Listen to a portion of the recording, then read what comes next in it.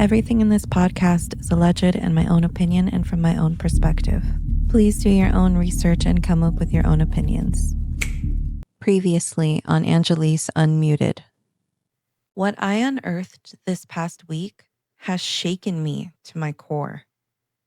Since my daughter's accident, I've gone absolutely insane searching the web for something, anything that looked like our story. Something that would prove we weren't alone. That what happened to us wasn't just a tragic one-off mistake. I needed to know that there were others. I needed validation that what I saw, what I lived, what my daughter had to go through was part of something bigger, something broken. And I found it. Not on the front page of the news, not in a courtroom transcript, but buried in fragments in a single TikTok video, a post that most people scrolled right past, but it caught my eye late Saturday night. A deputy's name, a crash, exhaustion, silence. Her name is Zoie Kelly.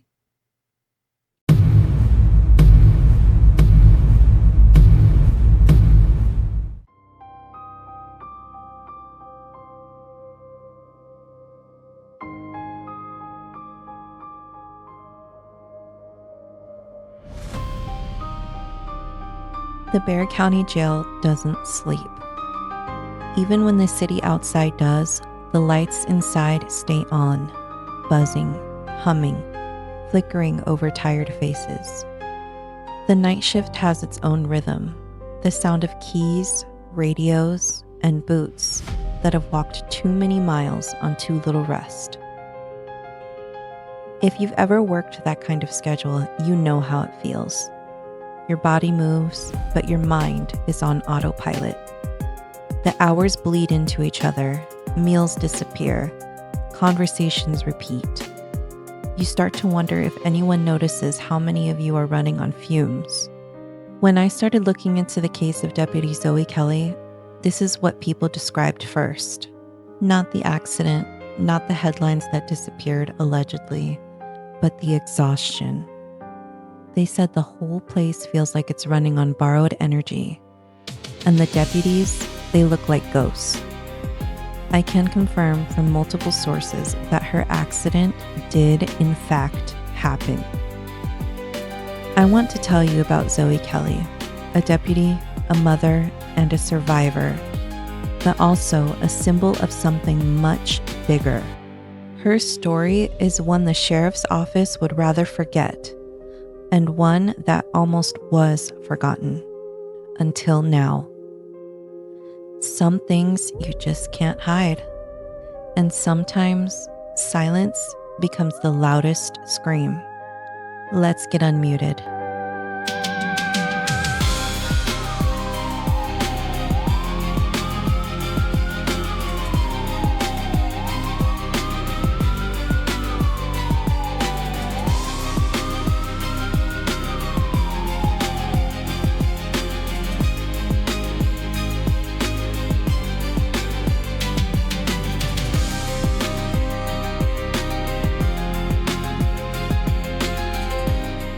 Everyone I spoke to about Zoie started the same way. She took care of us. She worked 80+ hours every week. She was a single, soon-to-be mom, stayed late. If someone needed help, she was there. According to multiple sources around the jail, pregnant deputies are still assigned to high-risk areas, despite common sense that they should probably be reassigned to safer duties. Zoie was one of them. And the message was clear. If you can walk, you can work. One former coworker told me she looked exhausted, but she was always there anyway. But behind that loyalty was a growing problem. Overtime abuse. Deputies were being ordered to cover too many shifts, sometimes working up to 80 hours a week. And when they spoke up about it, they were silenced, muted. Zoie was the kind of deputy that the system relies on. Dependable, quiet, and always willing. But that kind of dedication doesn't make you safe. It makes you vulnerable. Before her crash, something else happened. Something most people outside the department have never heard about.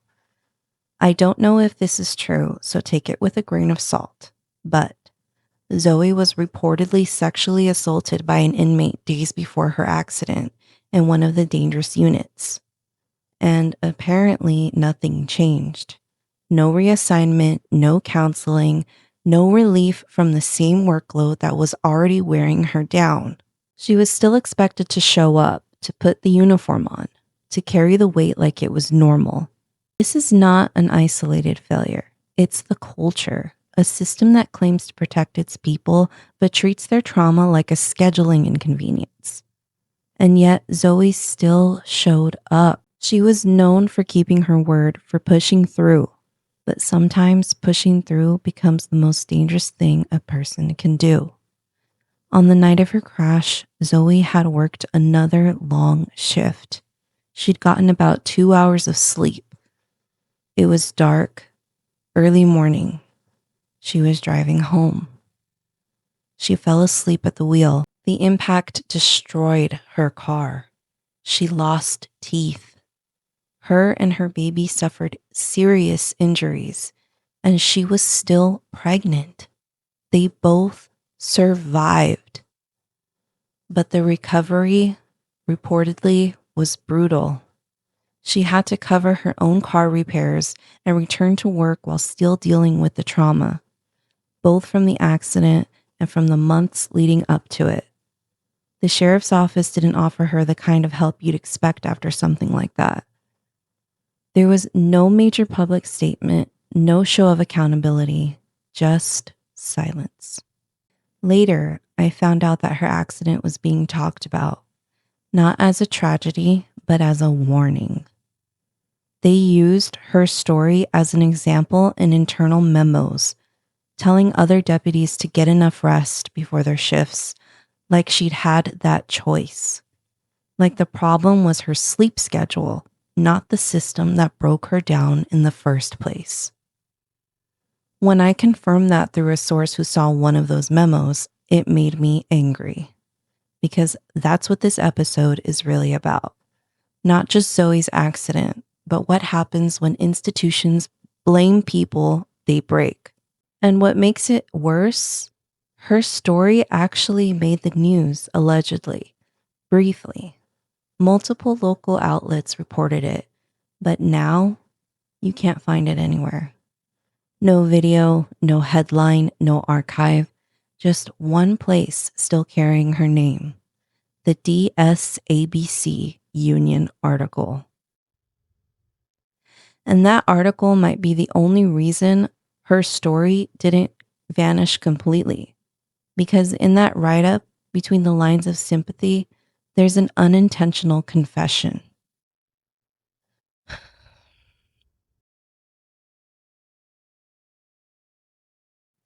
The article admits she was exhausted. It admits deputies are being overworked. It admits the culture of endless overtime is dangerous. And yet, even with that acknowledgement, nothing changed. When I read that piece, I realized something chilling.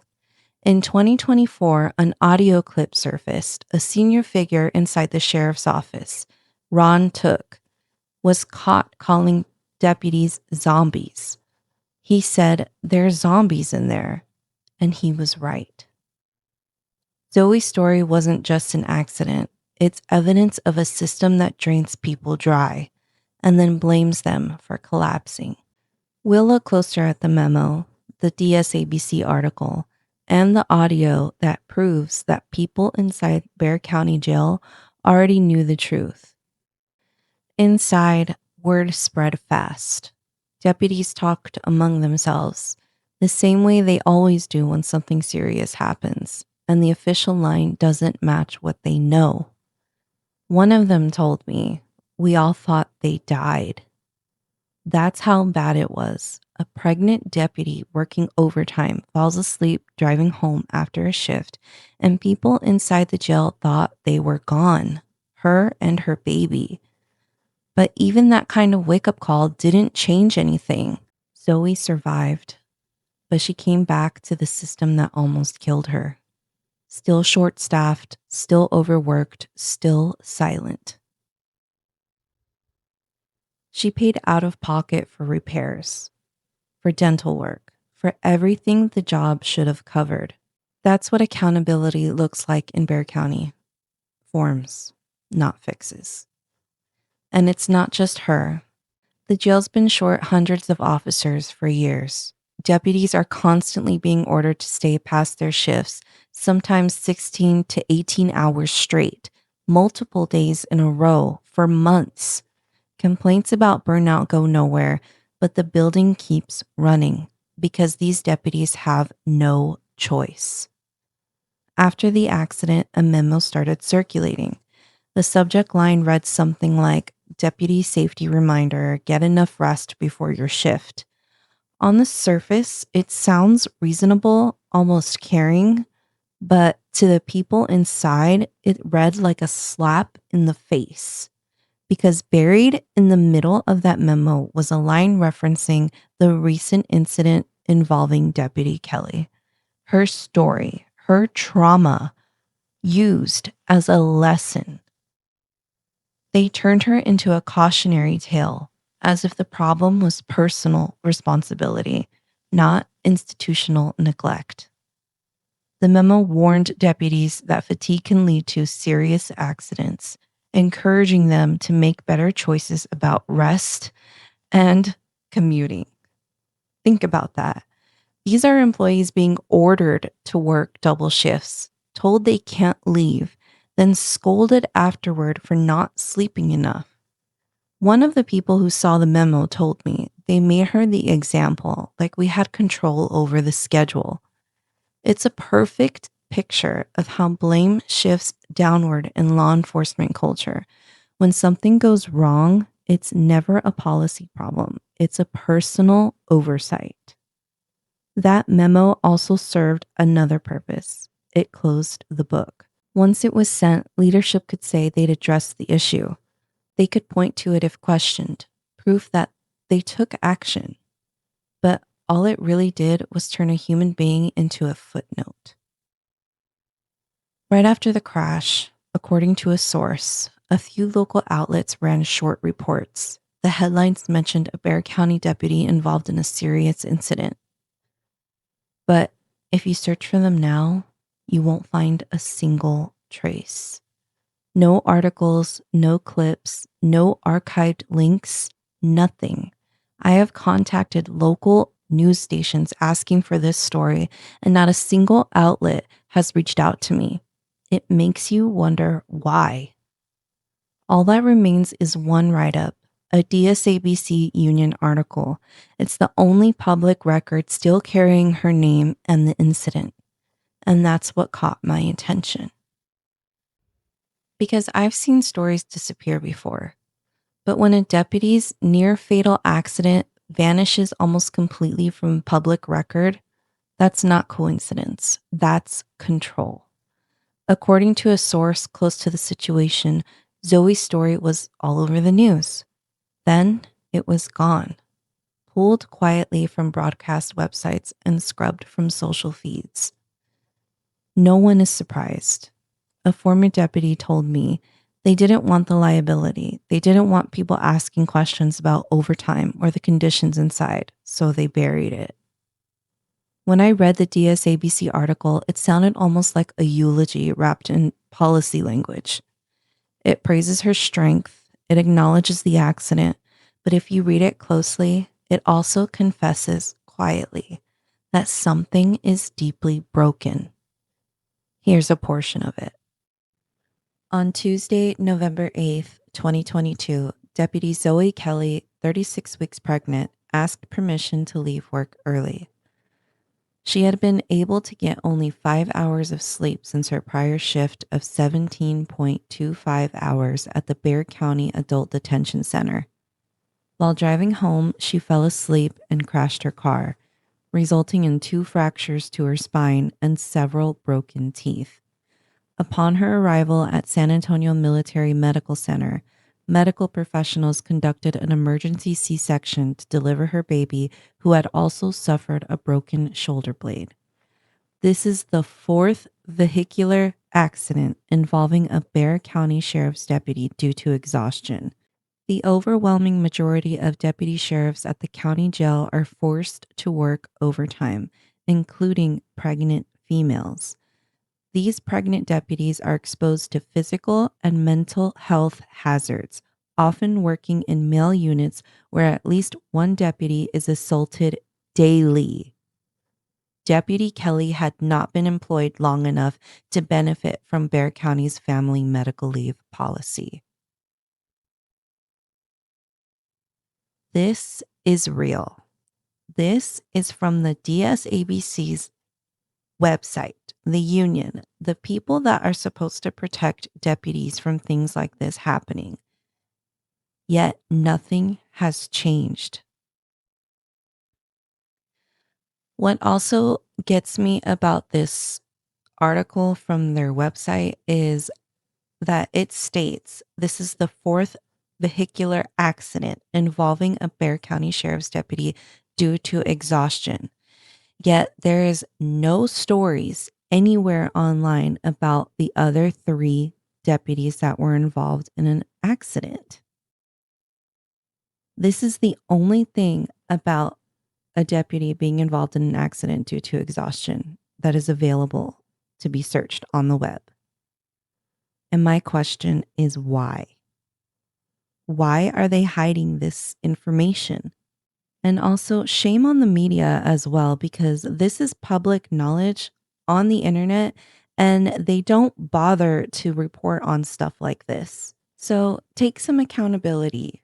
KSAT, Ken's 5, Telemundo, all of these news stations are watched every single day online. These are the people that are sworn in to protect and serve the community. Yet, when it comes to their lives, it doesn't matter. And apparently, the news, the media, the sheriff makes that known, that it doesn't matter. So, whose side are they really on? The people or the sheriff? One of the biggest things that I have made public that really bothers me about my daughter's accident is that the media refused to report that she survived. What I have come to realize these past 2 years is they didn't report on her survival because it didn't fit the narrative. The narrative that my husband did this on purpose. When the sheriff issued his statement about my daughter's accident, he made it clear that he was insinuating that my husband did it on purpose. He made no remarks about my husband being overworked to the point of complete severe exhaustion, partly due to the fact that they kept ordering him to go work in the hospital, which, like I mentioned before in previous episodes, that he had to wait at the hospital for hours for his relief to get there so that he could go back to the Bexar County Jail, turn in the gun, and then he was free to leave. And also, like I mentioned before in previous episodes, deputies are not allowed to leave no matter what. It doesn't matter if they have to use the bathroom. It doesn't matter if it's a female deputy and she's bleeding through her pad. You cannot leave. The only way that you can leave your post is if you quit, if you walk out of the jail, but that leaves you accountable for anything that can happen if you are not at your post. So what are they supposed to do? And the reason that these deputies do not show up on time to relieve other deputies is sometimes they just don't care. They take their time, they get their food, and other times it's because they are waiting for their relief to get there so that they can do another shift. And it's just a cycle that won't stop. Nothing is done about it. Everyone knows that it's happening and they just don't care. They don't. It doesn't matter if they have families waiting for them at home. I've heard that deputies have been reported to CPS because they didn't make it off of their shift in time to pick up their children. That's how bad this is. It's either go to jail because you cannot leave your post. If you do, that's on you. If anything happens, or your children are stuck at their daycare or with whoever's watching them, and they think that you just completely abandoned them because you can't leave your job and there's no way to contact them. Deputies do not have a phone on them. They have no contact to the outside world when they're in the jail. They are prisoners too. Some deputies do have their phones, but these are higher ups that are allowed to carry their cell phones. Not everyone has that luxury. It's absolutely ridiculous. And I believe, in my opinion, that he ordered the media not to mention that my daughter survived. And he knows that she did, even before I started Unmuted. Someone from the Bexar County Jail called me personally after my daughter's accident. They wanted to question my husband further about what happened that day. This man was a good man. This was after my daughter came home from the hospital and she was recovering. His voice was very shaky. I could tell he was nervous, and he asked me point blank, "How is the baby?" He was in complete shock when I told him that she was home and I was carrying her right at that moment. She was in my arms, perfectly safe, perfectly fine, alive. This man nearly cried because he was in complete shock, like I said, that my daughter survived. And I am sure after this phone call that he informed everyone in the Bexar County Jail that she survived. So there is no doubt in my mind that Sheriff Salazar knew that my baby was alive and that she was fine. Her survival did not fit the narrative he was trying to portray. And so after this, in my opinion, I feel like he tried to sweep everything under the rug, just like with Deputy Zoie Kelly and her baby. Before we keep going, I want to take a second to talk directly to you, the listeners. Since I started Angeliz Unmuted, I've heard from so many people who have said, "This happened to my family too," or "Can you share my family story?" So I created a new space, a place where your story can finally be heard. It's simple. Go to my new Angeliz Unmuted story submission forms on Jotform. The link is in the episode description. You can tell your story in your own words, stay anonymous if you want, and if you're ready, I might feature it in a future episode. You can also donate monetarily to the podcast to support the mission of advocating for change for everyone. Because this podcast isn't just about my voice, it's about all of us who have been silenced. Also, please remember to hit the like button, subscribe, and share this with your family, especially if you are local here in San Antonio. If you are new here, hi, welcome. I encourage you to watch from episode 1 so you know all the details about my daughter's accident and what happened leading up to it. All right, let's get back into it. Reading that, I realized something chilling. They knew this would happen. Not just to her, but to anyone trapped in the same cycle. Because 2 years after that article came out, another piece of audio surfaced. One that proves leadership was aware of what deputies were going through. It was a recording of Ron Took, a figure inside the sheriff's office, the president of the DSABC. In it, he described the conditions deputies were working under, and he said bluntly, "Guys are overworked. They'll tell you they're walking zombies. You know, my wife's one of the walking zombies. She worked 71 hours last week." zombies. That word hit differently after reading Zoe's story. Because when you look at what happened to her and how her story disappeared, you realize he wasn't exaggerating. He was telling the truth. Deputies walking the hall like ghosts, running on caffeine and fear of retaliation, punished for speaking up, overworked to the edge of collapse, higher ups playing favorites among the entire department. They aren't living, they're surviving. And the system knows it. So they warn them to rest while scheduling them into oblivion. They praise their service while letting their stories die quietly in the dark. They turn a deputy's brush with death into a lesson for others instead of reason to change. When I asked one insider why Zoe's accident disappeared from the news, they said, because it made everyone look bad. The sheriff, the administration, all of them. They didn't want the public to know she was pregnant. They didn't want to answer to why she was still working. That's not damage control. That's erasure. The kind that rewrites truth into myth, where a real woman becomes a rumor, and the only thing left to prove she existed in this fight is a union newsletter and a whisper in the halls. After Zoe's story was allegedly erased from the mainstream coverage, that single DSABC article started to feel like an unintentional monument, a digital headstone to a deputy who almost didn't make it home, and a system that refused to change. When I read it again, I noticed something that hadn't stood out the first time.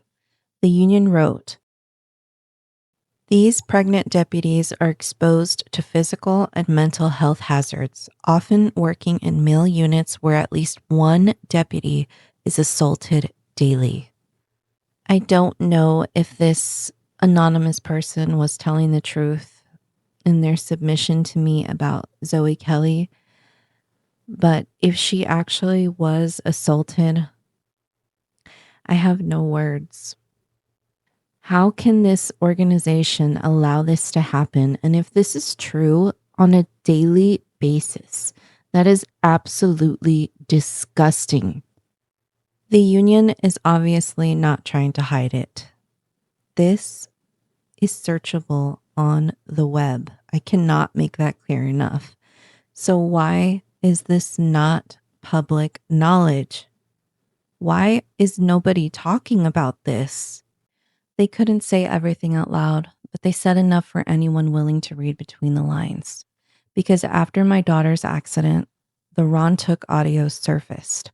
Took was recorded talking about the jail, how deputies were being treated, what the overtime was doing to them, and the price they paid for speaking up. In that recording, he says, "There's zombies in there, the deputies. They're dead on their feet." Then he says something else, something that stuck with me. And if they talk about it, they get punished. What he does is there's some going on. If you're not part of his clique, you say anything bad or you put anything on social media, fucking, you're gonna get hammered. His goal is to fucking arrest officers. He loves arresting officers and kind of shit. And he gets 10% from emergency management? Really? They knew the truth, and they buried it under the bureaucracy and fear.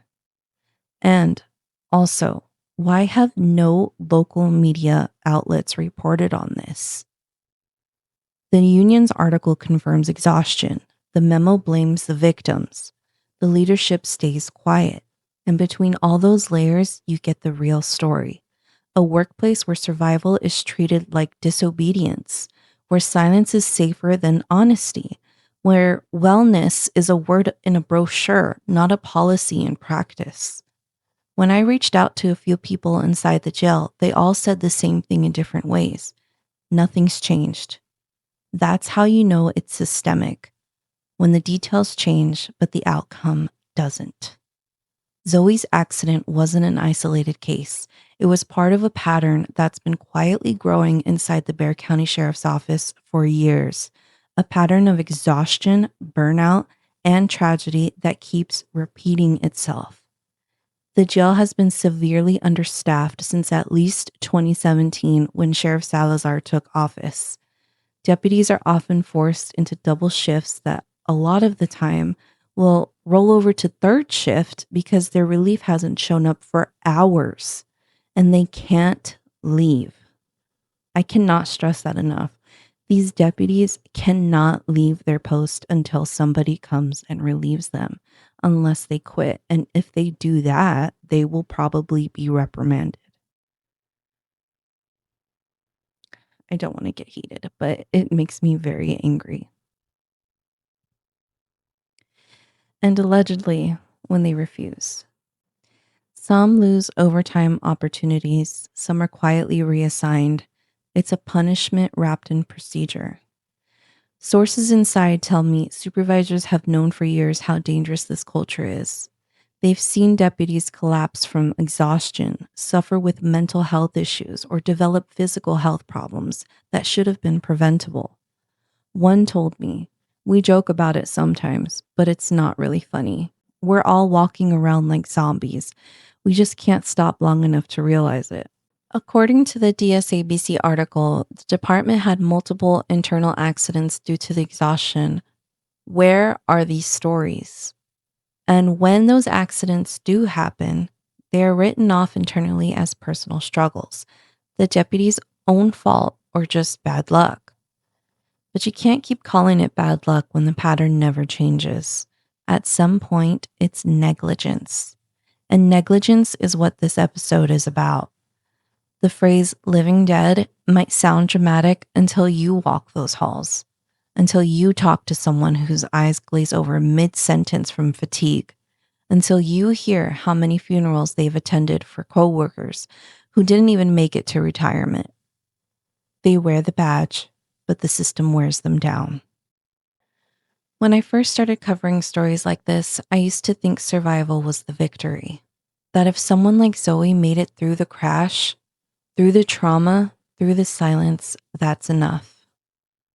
But after this month of reporting, I realized something darker. Survival in the system doesn't mean safety. It just means endurance. Zoe's still working, still showing up, still smiling when she can. She's the kind of person who refuses to let the worst part of her story define her. But the fact that she has to keep fighting, that she has to keep paying for what the system caused, says everything about the culture around her. One person told me, "It's very upsetting because it should have never happened. She went through a lot. She was never taken care of. They let her deal with this on her own." And that's the truth. Strength shouldn't be the cost of employment. Silence shouldn't be the price of staying alive. Because inside those walls, people are fading. Deputies and inmates, supervisors and cadets, the building drains them the same way, slowly, quietly, predictably. And when they finally burn out, when they fall, when they nearly die, the system just exhales and moves on. The Living Dead of Bexar County, that's not just the title, it's reality. It's the sound of people being used up until there's nothing left to give, then blamed for breaking. When I started digging into Zoe's story, I thought I was just reporting on another case of institutional neglect.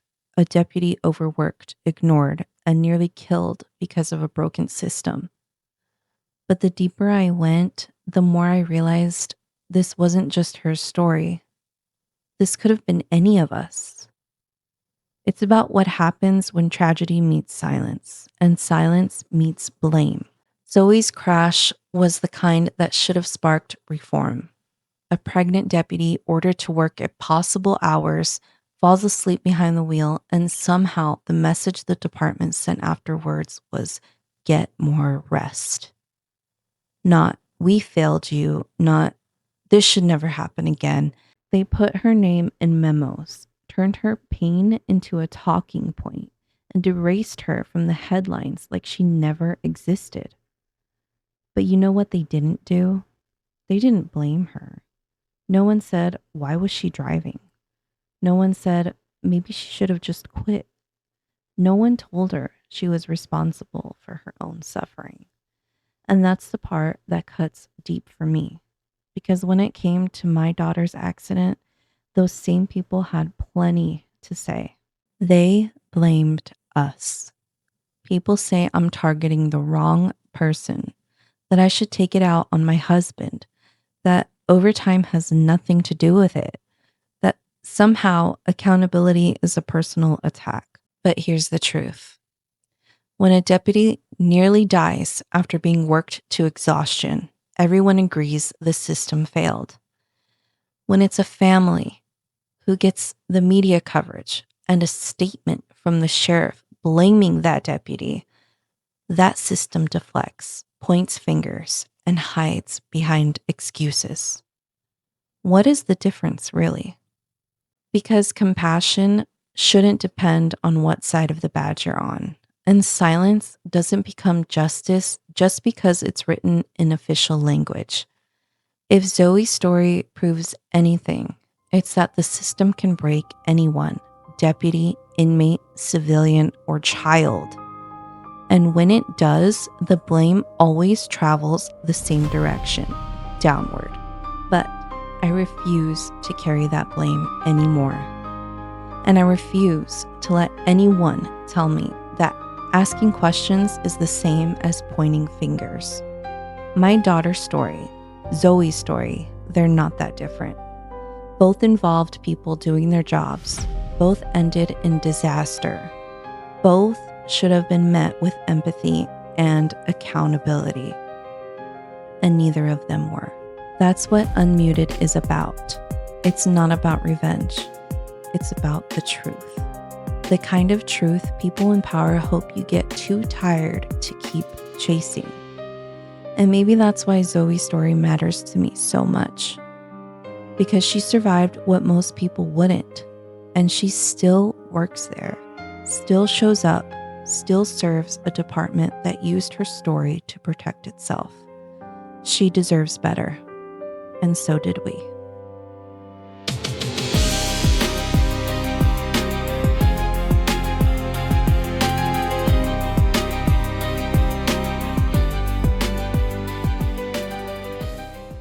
One person told me it's very upsetting because